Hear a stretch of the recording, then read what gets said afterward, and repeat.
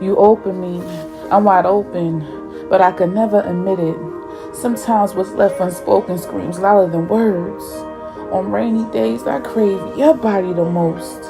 I wanna hold you, get a lot closer, stroke me while you choke me. Welcome back to another great episode of the Thevibes Podcast. I'm your host, FM, and today we got a special guest that goes by the name of Gift of the Pen is in the building. What's up? What's the vibes like for the day? The vibes is just chill, chill and focused. We've been waiting on this interview for a long time. Absolutely. It wasn't my fault though. I was trying to come out before it got a little chill outside. It's actually nice today. It's nice though today. Mm-hmm. Yeah, it ain't really like too bad. Yeah. Let's start it out, man. Where you from originally? West Philadelphia, born and raised. On a playground. Right, same day as Will Smith, 925, Oh, that's crazy. How was life growing up in West Philly?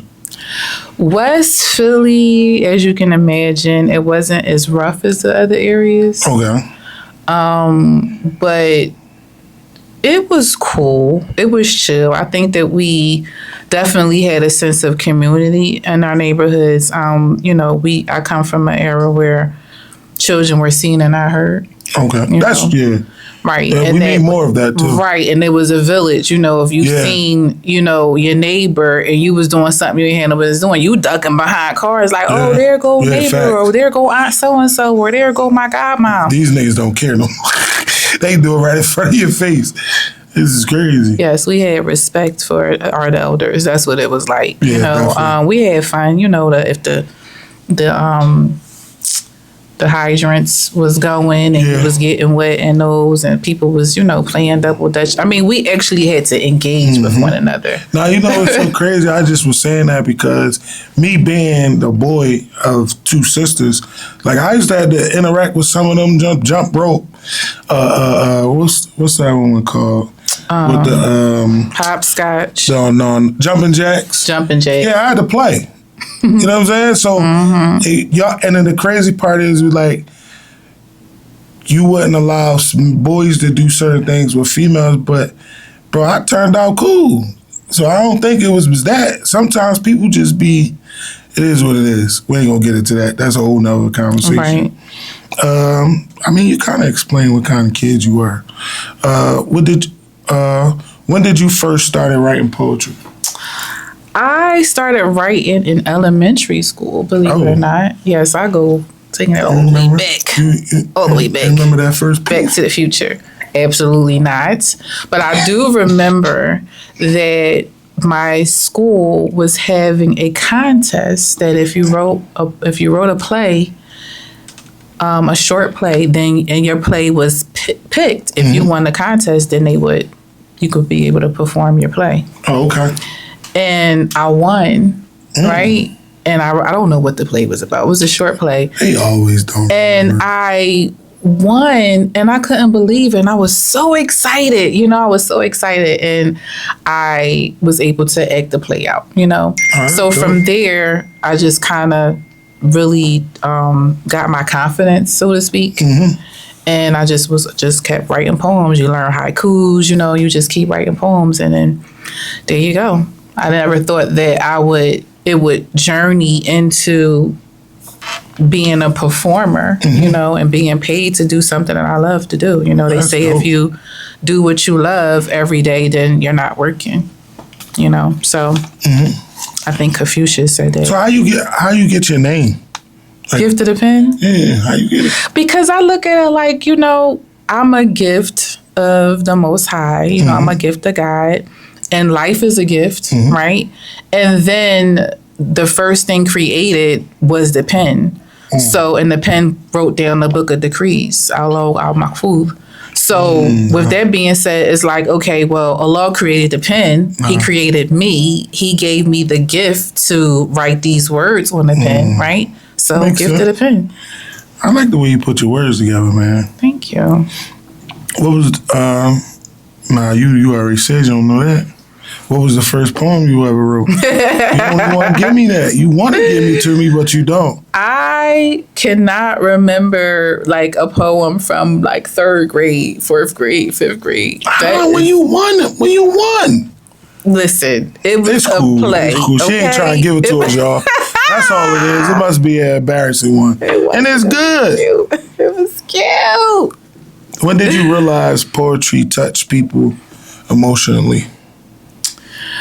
I think for me, I'm into literature. I love English. I love social studies. When we would, read poems from Robert Frost, from Maya Angelou, things of that nature. Who else? Nina Simone. Just reading those poems and just realizing that words can take you on a journey, that you can, always resonate with or always will remember, a memorable journey, if you will. And just realizing that it's more to life than this physical present moment, than this space that we're sharing right now. There's more going on than just right here, And so allowing those books and those poems to just carry me, through different worlds, through different existences. And then that's when I just kind of threw myself into it, and I realized that, hey, I belong here, I come from going to the library and actually researching the paper. There was no ChatGPT, there was no Google, right? Yeah, no facts. I'm telling my age, working on the Apple computers. You know what I'm saying? With that, you gotta let that joint boot up. Give it up. You gotta let it boot up, okay? That's crazy. So, yeah, you had to actually think, Now everything is just DoorDash, and I don't have to think, and no one wants to be inconvenienced anymore. It's like I could just, hit a button and get whatever it is that I need. Well, we all know you're not hitting the buttons because you just asking me how to get the logo on the TV. So we know you ain't hitting the buttons. Why you gotta put me out there?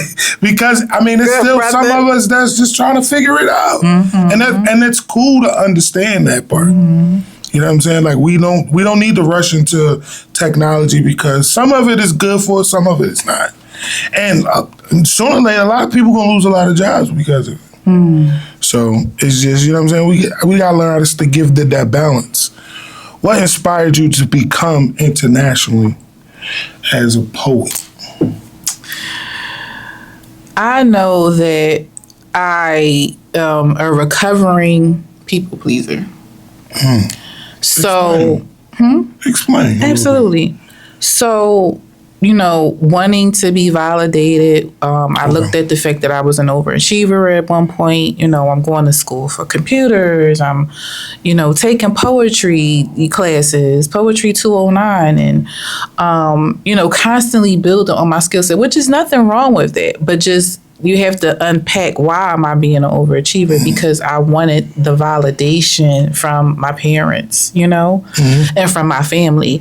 A lot of times people who are in college now, they don't even really want to be in college, but the parents are saying, go to college, you got to do it. In this world, you need to be educated. And yes, you do. But if you read the book Poor Dad, Rich Dad, it's best for you to have a hustle and to have that education. Because in these days and times with the cost of living being diabolical at this point, you can't lean in on one or the other. Like you have to go all in with everything that you got. You know what I mean? At your disposal. My personal feeling about college is just go for the experience. Yeah. You know what I'm saying? Go to meet different people. You know what I'm saying? Like because the problem is that even at like, I don't know, but me growing up as a younger person, I never really got out of Philadelphia. Even most of my adult time, I haven't got out of Philadelphia. Right. So I think what we should do is not force it, but make sure that our kids are going to college just to get the experience and get away from their neighborhoods. I don't care if you're from Utah. You know what I'm saying? So it's just that with me. I get it though, because the kid, they ain't doing nothing. Yeah, but to answer your question, I know what it feels like to not be enough. And so if I can help one person by writing a poem that can stop them from committing suicide, or help them to realize that they are beautiful, that they are enough, that they do matter, that I do see you. You see what I'm saying? If I can do that for one person through a poem, that's amazing to me. Facts. I've been on the stage, and look out into the crowd and see somebody crying, and from what I said, and you got to realize the shift, the paradigm shift that comes with that is because before I used to feel like nobody cared, nobody heard me, no one seen me, no one cared about what I had to say, right? And then now you're on the stage in front of the masses and you see somebody crying from something that you said. And then you're trying to figure out, what was it exactly? What were they thinking? What did I say? What feeling did I give off? Yeah, give off to them. What vibe did they catch? And so to have a person walk up to me after performing and say, hey, I was thinking about killing myself, and because of your poem, I'm not going to do that. You just almost made me shed a tear. But you wrote a piece for us. Let's get into it. Yeah, I'm going to put you out there. Yeah, I'm doing This piece is dedicated to Spade. Shout out to Spade, yo. And you want to do the 28-second thing? Listen, just do your thing. No, don't worry about them people. I can't do it without the music. We need the music because that's what makes the piece. That's what set the piece off. Really. No, not really. No, I'm trusting me. Because in order to give it, I ain't even bring the radio. I'm all. Don't even worry about it. We just gonna figure it out. We gonna figure it out. We gonna say the piece for the last joint. Okay. All right. So right now we gonna get into we gonna do quick picks. All right. So it's just this or that. Make sure y'all subscribe, follow, and like the Thevibes Podcast. Coffee or tea? Well, I already know that answer. Coffee. Only because tea is my favorite, but coffee, I'm getting more into coffee because you need to stop. I know.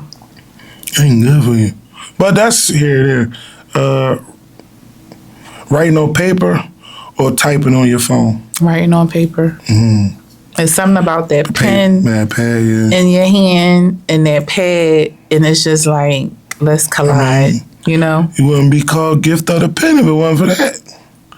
Favorite artist to, I think I skipped. Morning person or night person? Definitely I'm a morning person or night owl? I'm not a night owl, but I'm not a morning person. Does that make sense? It do. I love the wintertime for one reason. You can go to bed early. You can go to bed and be justified at 8 o'clock. Right? Yeah, true. Because I can't look this young and be going to sleep like 12, 1 o'clock in the morning. And then I got to pray in the morning, so I can't be up all times of the night. Yeah, no. You got to get in the house. Yeah, so, I'm not really a morning person, but I do get up and handle my business when I need to. If you were that was dumb. Why are you calling it no such thing? No, you're right. If you weren't a poet, what would you be doing instead?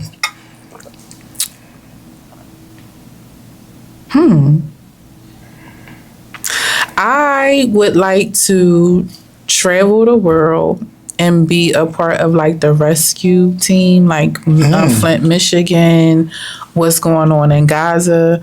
Like I really do want to go to where disasters are happening and lend a helping hand. After, right?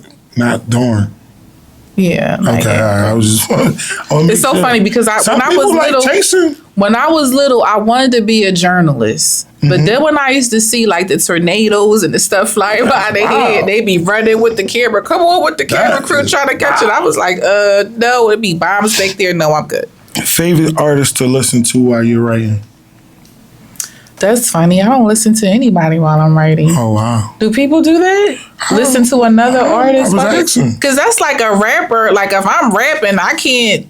You gonna listen to Meek Mill in the background? Listen to Jill Scott. You might want to listen to who else? Well, it's just I don't know. That's not. You're right. Listen. I'm just thinking like, okay, I get everybody has their creative process. Maybe some people do listen to other people because that other person might motivate them. But to me, if I'm listening to you, how am I listening to my own thoughts to be able to transfer what it is that I need to say on the paper. So I would get distracted.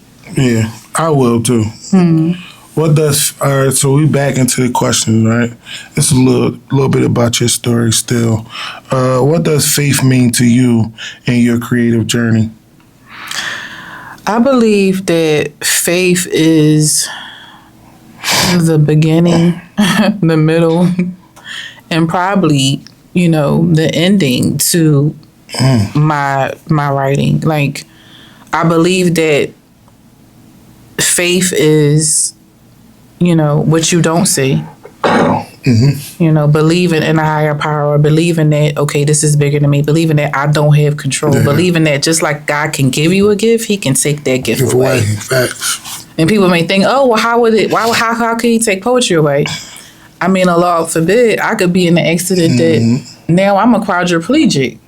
So that's it for me. You see what I'm saying? So just trying to use the faith to be grateful as well.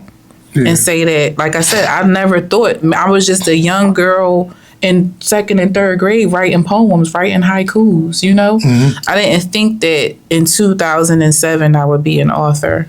I didn't think that I would have book signings at Barnes and Nobles. I didn't think that I would perform for we gonna get into that. The First Lady in Africa and West Gambia. Like, I didn't think that I would be in these spaces and meeting, she popping it right now. She meeting famous people, and you know what I mean. Like, I feel you. I just never thought that, when you just in your room vibing, you know what I mean, just writing. You never think that, oh, I'm, this is what it's going to lead me to. So I'm very grateful and also humble. Your story. I mean, I knew your story was going to be crazy because the way you set it off with that poem. It was like, damn, I don't know, I got killed. But the crazy part is you end up winning the joint anyway. I wonder what? You end up winning the yes. Damn, that was nice. Perfect it was sense. a surprise. I was surprised that I won it. Who are some poets or artists that inspired you the most? I guess this is a good one. What you mean? See. No, this is a good one. So, all right. So basically, with me coming, all right, the answer to your question, who inspired me the most? Who are some of my favorite artists? I would say that the funny thing about that is the way Philly has a plethora of different platforms for poetry now. It wasn't there when I was first a poet. I was a poet at a time where it's like, oh my goodness, you're a poet. Oh my goodness, you're an author. Oh my goodness, you're a spoken word artist. So even though people think that I'm new, I am a fallen soldier. I roll with the veterans. You know what I'm saying? Harvest, Vision, A Moon. We was going, you know what I'm saying, Rainmaker. We was going Salam, AC, Shice. We was going city to city. We was ciphering. We was performing 2 cities in one day. And you know what I mean? We did all that stuff. But because I've been out of Philly, when I come into the poetry scene, it's like, oh, who's the new girl, right? But in actuality, like, I helped pave the way, whereas though it wasn't no going viral when we was doing it. We had to really prove our talent. You see what I'm saying? Yeah, so some of the people that I think are amazing, oh my goodness. Viral is like word of mouth. Greg Corbin, like I mentioned, A Moon, Shice, Lady Sarcasm, Rebecca Dupas, who else? Keep going back on y'all. Wow, let me see. It's a lot of artists. And you know what I find now that's a little different for me with the, today's scene versus, 16, 17, 18 years ago scene is more competitive now, right? Yeah. And like the slams and all that kind of stuff started becoming like more frequent. And I don't see myself as competing with no other poet. Not a female poet, not a male poet. And don't get me wrong, it is competition. I mean, for the, everybody's trying to be a feature, whatever the case may be, but I am comfortable in my skin. So when you're on stage doing your thing, I'm like, yeah. if it resonated with me, you know what I'm saying? I'm a supporter. I'm a clap you up. And I don't see competition. I see poetry family. You know? That's deep. I don't feel the need to copy or to destroy or to throw shade. I just love being in the creative space, you know? And so it's different. It's a lot different. Like, for instance, how everybody wants you to pay $25 and $15. And I, like, what? You want me to come? I'm supposed to be getting paid to perform. But now I'm paying you to perform? And back in the day, call me old school, but back in the day, if it was a poetry event, if you was a performer, you only had to pay $5. Yeah, well, we live in different times. I know, but I'm just saying. I get what you're saying. That does make sense. But you gotta realize, what if we don't get that many poets to actually come, or artists to, actually come? So what if it's just you and 3 other people? We only could charge you $5. All right, this is my thing. Another thing. I put on poetry shows. I put on Muslim Woman and Spoken Word 2 times. Busboy Poets and one in Philly at 3801 Market Street, sold out both times.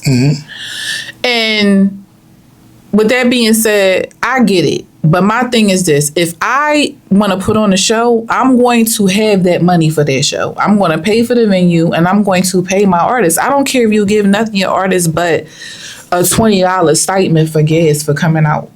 You just, do you perform poetry? Hold that right there. Basically, I feel like, okay, if I put on a show and I don't have a feature, and my feature, and the poets are coming in there paying $15, $20, $25, then what am I? I'm depending on the poets to make my show, but then I'm charging the poets. I know a lot of people, I'm going to get a lot of slack about this, but that's just my personal feeling on it. You wonder why? Opinion. Because I feel like if I'm going to have a show and you a poet, just like I'm paying for the venue, I'm going to give you something. Even if we have it at a restaurant, get a wing ding meal. Give them a $20, because let me tell you something. I pour my heart and soul into these poems. I do research. I get in the mirror. Sometimes I'm out my bed in the middle of the night because I just gotta transfer whatever it is that's on my heart onto this paper. This is, you know what I mean? I'm walking poetry, you know? So therefore, this ain't to be playing around with. I'm not just playing around with some words. You ever go to an open mic and you watching the person and all they doing is saying these big words that nobody never heard before. Nobody don't even know what's going on. Nobody even use those words. Like what is we doing?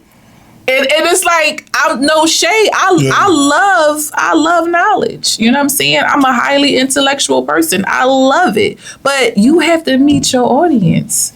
And the things that the new age poets, I don't think that they really got the lessons that we've learned as the more seasoned poets. Yeah. You see what I'm saying? And so everything is, and just, you know what I mean? But people know when you're being authentic. Yeah, facts. Okay, when you just up there because you just was reading a dictionary and wrote down some new words, you done ask ChatGPT what these mean. You ain't even really go in a dictionary. He go too deep. Right. He ain't go too deep. And you up there, you know what I'm saying? Because of the plethora and and you just like, well, I'm lost. The audience is lost. I was with you for a minute, but now I'm lost. So you have to know your audience. You have to be able to have a presence. You have to capture your audience. You have to touch one of the 5 senses. You have to touch the 5 senses. You know what I mean? Like, if you was in pain, I need to feel that pain. Yeah. If you was scared, I need to feel the fear. Okay? If you was mad, I'm mad. I'm ready to go get the Joker. You see what I'm saying? That's what poetry should do. And it's like, I don't really hear that too much anymore. Get it. Definitely. Let me see who else. I feel like I forget people. Inspire. Spade is good. Who else is? What females? I said a lot of dudes. Said 2. I think you like 2-3 girls. Who? I did? In the beginning, older. Oh, okay. Yeah, I did. All right.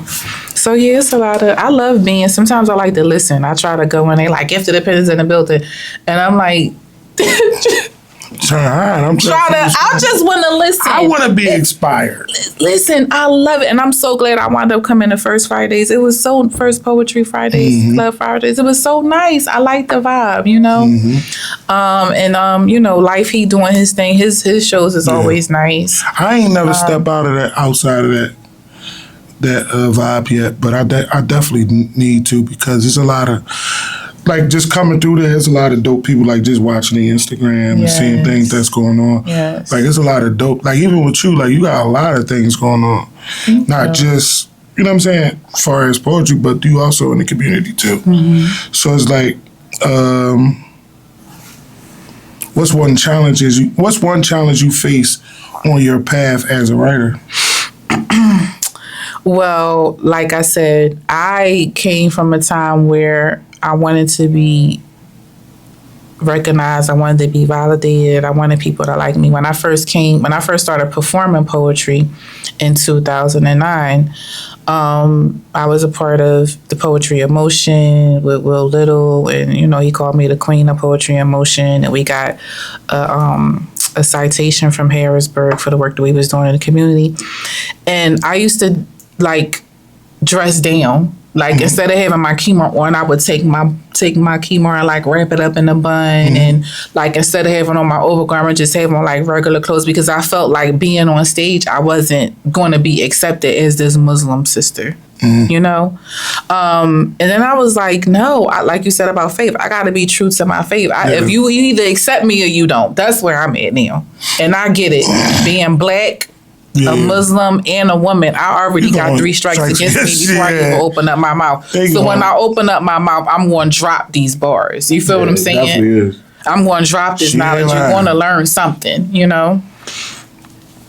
But I think that's one of the things that has been a challenge, just, you know, being a woman, being a Muslim woman, and not willing to compromise my faith just to be known or to be heard, you know?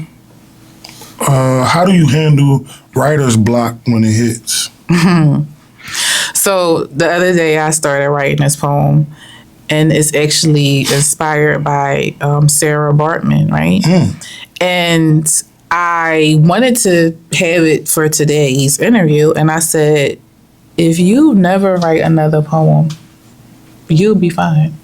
I got so much poetry. I mean, new stuff. When I say new stuff, meaning stuff that's fairly new. Things that I've never performed. Like this piece, literally since 2021, never been performed. You know, I have performances that I've performed and never made it to the internet that's in my phone.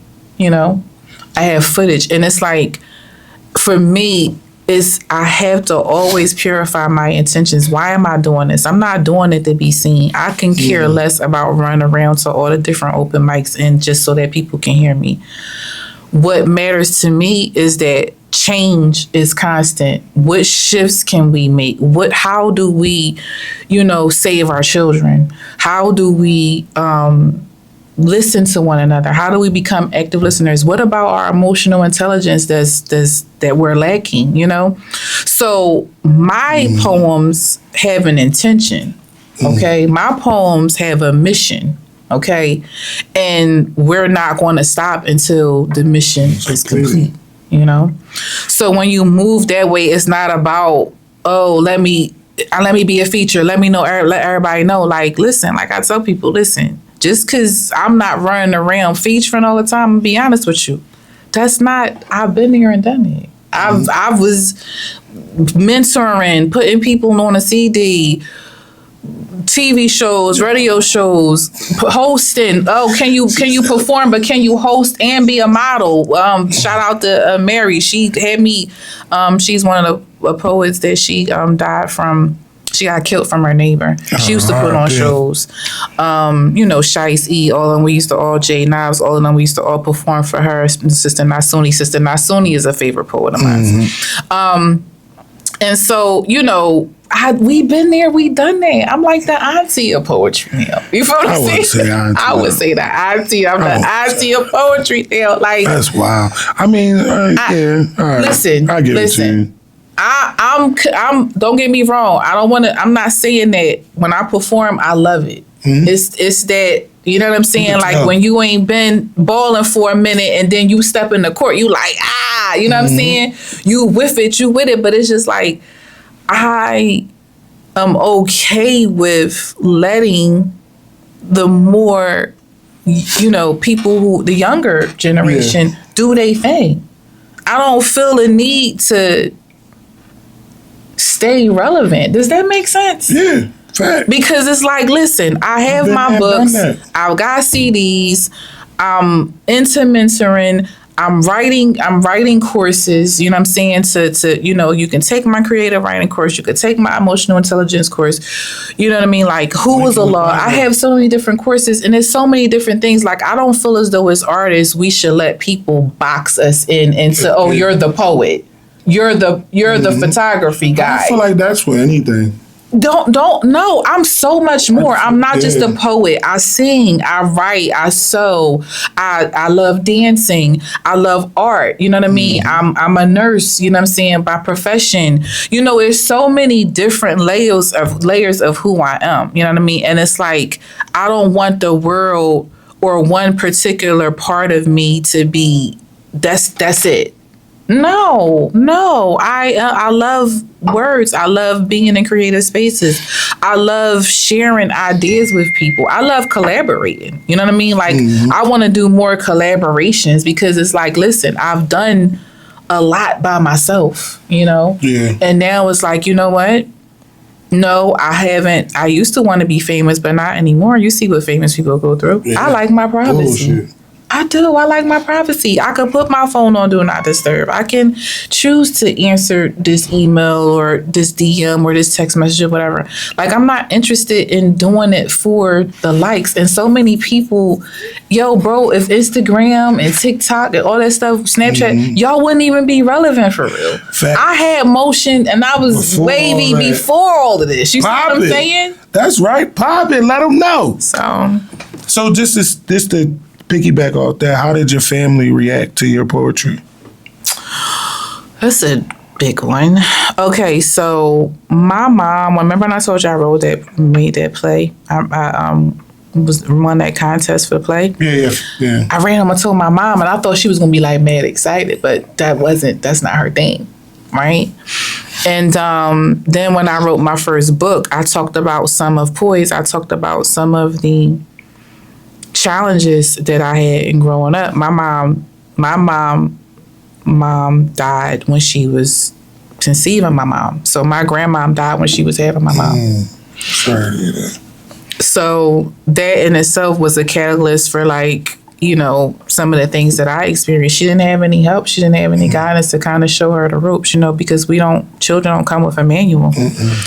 And I wrote some things in there alluding to my upbringing, and it hurt my mom's feelings. And I didn't think that it would, and I should have. They say the highest form of love is consideration, right? So I should have been more considerate of how she would have felt, but I didn't think she was going to read it. So when I published my book, and I was excited, like, my book is out, because I didn't tell nobody, and I would recommend anybody writing a book, do not tell people, because then they're going to be like, when is it going to be done? Where is it at? When is it coming out? What the cover look like? And then they stressing you out about it. And it's like, listen, you might have other things going on. You working other projects. I just recommend just keeping it, chill until you actually get it done. But that's what I did, because I just wanted something that was going to be my baby, that I didn't let everybody in on. And she read the whole book, and she didn't speak to me for a whole year afterwards. And it was like, because it was like I was celebrating on the one hand, and the other hand I was grieving because my mom was mad. You went to them old school rules. Don't, you know what I'm saying? With certain things, don't be telling our business. Exactly. But you know what I'm saying? It's like, it's still part of your story. Exactly. And you wanted people to hear your story. So I definitely respect it. But I love my mom, though. She was a good mom. She did everything she could to make sure I had what I needed to have. How does poetry connect to your community? Well, When you say community, I look at more so my faith community. You could do. And yeah, in Islam, poetry it has a high esteem. Khazra, Ibn Khazra, she was a female poet. She would perform for the Prophet Muhammad SAW. And there was another poet who, Ibn Thevibes, he would do poetry like for instance, when they would have battles, they would have poetry battles, like, right, as well as, physical wars. But a part of their showing each other up would be poetry. And so this one guy, he would, talk about how beautiful the Prophet Muhammad SAW was and how, trustworthy he was and so on and so forth. And then at the time, I don't believe he was even Muslim. And then he wound up becoming Muslim. So poetry is a beautiful thing, and it's actually even a surah in the Quran called The Poets.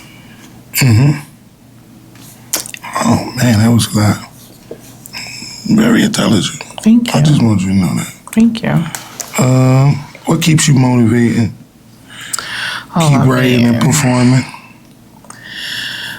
What keeps you motivated to keep writing and performing? Okay, so like I said, with performing, I love it, but at the same time, I've never been a fiend for it.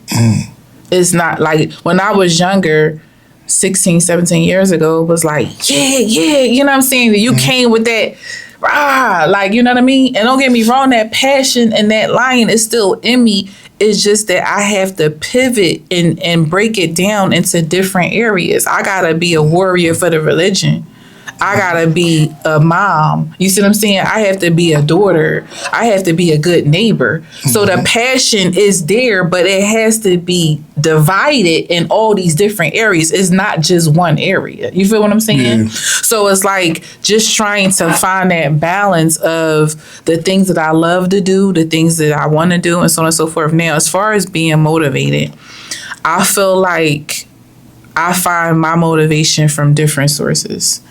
It may be people sometimes. It may not be anyone but me. It could be from a lecture that I heard. It could be from something I heard in a podcast. I could have been in passing and heard a song, a lyric or two. And I could be, listening to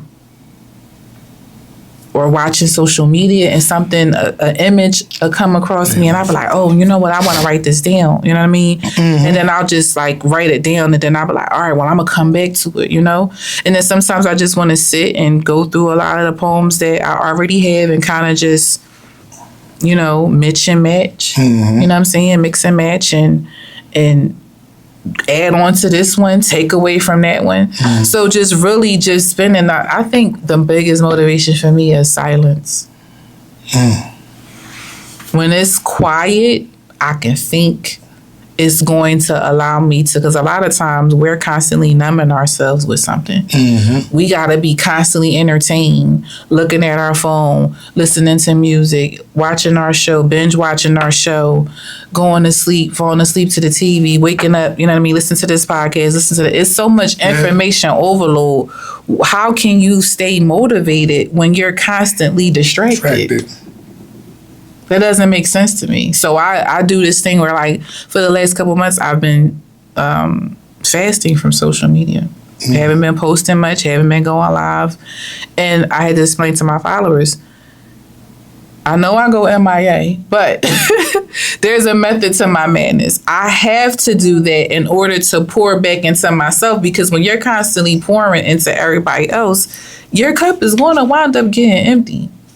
So now, in order for me not to be empty, I have to pour back into myself in order to be able to pour back into you guys, And so that's what motivates me. I think also what motivates me is not wanting to be selfish. I want to be selfless, like coming into a space saying, okay, this is what I have to offer, not what can I gain? Because we're constantly, what can you do for me? Everything is transactional. If I do this for you, what you gonna do for me? Yo, that's ghetto. You know what I'm saying? Yeah. And when you do what you do for God, you don't worry about the thank yous. You don't worry about the applause. You don't never have to say thank you to me. If I'm doing this for you, for God, for God's pleasure, you don't ever have to say thank you to me. Why am I even looking for a reward from you? You know? No, this... I knew this was going to be the one of the ones, though. Like, it's very educational. It's very inspiring. You're, as a person, you're dope. You could just, you know what I'm saying? See the vibe. Thank you. What's something that your fans might be surprised to know about you? That I have 5 grandchildren. Huh? I have 5 grandchildren. Wait, I have 4 boys. 1, 2, 3, 4. I have 6 grandchildren. Let me stand corrected. I have a bonus grandson because my middle daughter, she is married and her husband has a son. So now I have 6 grandkids, but 5 biological, 6 altogether. People don't know that about me. Yeah. That's crazy. What's next for the gift of the pen? Any new books, events, or projects coming up?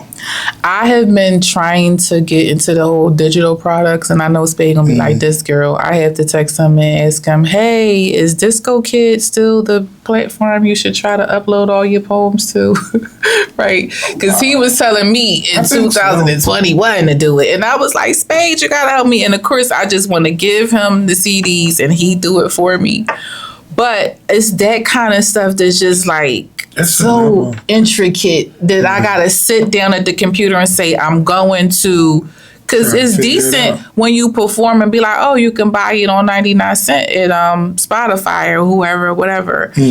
But the thing is, it's so funny when I used to perform, you wouldn't pull the microphone away from me, but I'd be saying follow Gift of the Pen, and you know, and I would be just shouting myself out and send them to my website. Now I'm like, I don't even mention it like that, you know? It's Lena L had put me on a website. I'll tell you afterwards. Okay. Whereas though it's a platform where they can pay what they want.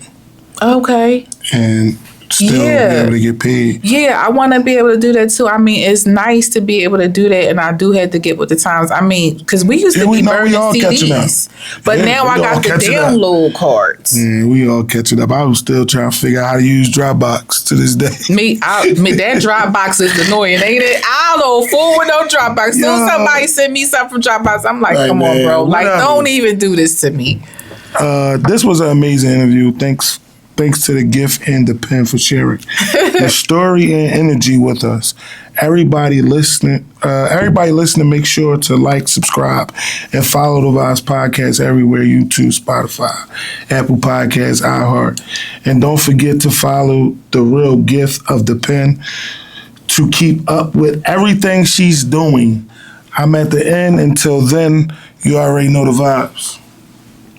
We are living in a time where everything has to be categorized. Socialism, capitalism, communism, Gen XYZ, LGBT, millennials, sapiosexuals, demisexuals. Pause. Can you give me a definition of both without asking Google or ChatGPT? I mean, really. You hesitate to say what you say because you're worried about if they'll like what you say before you say it, instead of standing on business. You heard real gangsters move in silence? See, I was stacking gold and silver, selling tickets for sold-out shows, having a conversation about art, doing ciphers from Philly to NY with E when sarcasm was his lady before he made her his wifey. You know them as vets, and I'm a fallen soldier. See, my elbows was in the mud. We helped pave the way for the vibe y'all feeling today. There's all kinds of family, and you are my poetry family. No competition. We give each other what the other is missing. I used to chase fame when you had to prove your talent. It wasn't no going viral. Every stage became our hospital, hearts in ICU. I just want you to know that I see you. I really do. I know what it's like to feel unworthy, to question your whole existence, feeling like you're not enough. Shut up. That's just how you got to talk to yourself. Shut down the negativity, trying to drain you from your energy, Drizzy. I don't know what you heard about me, but I am walking poetry.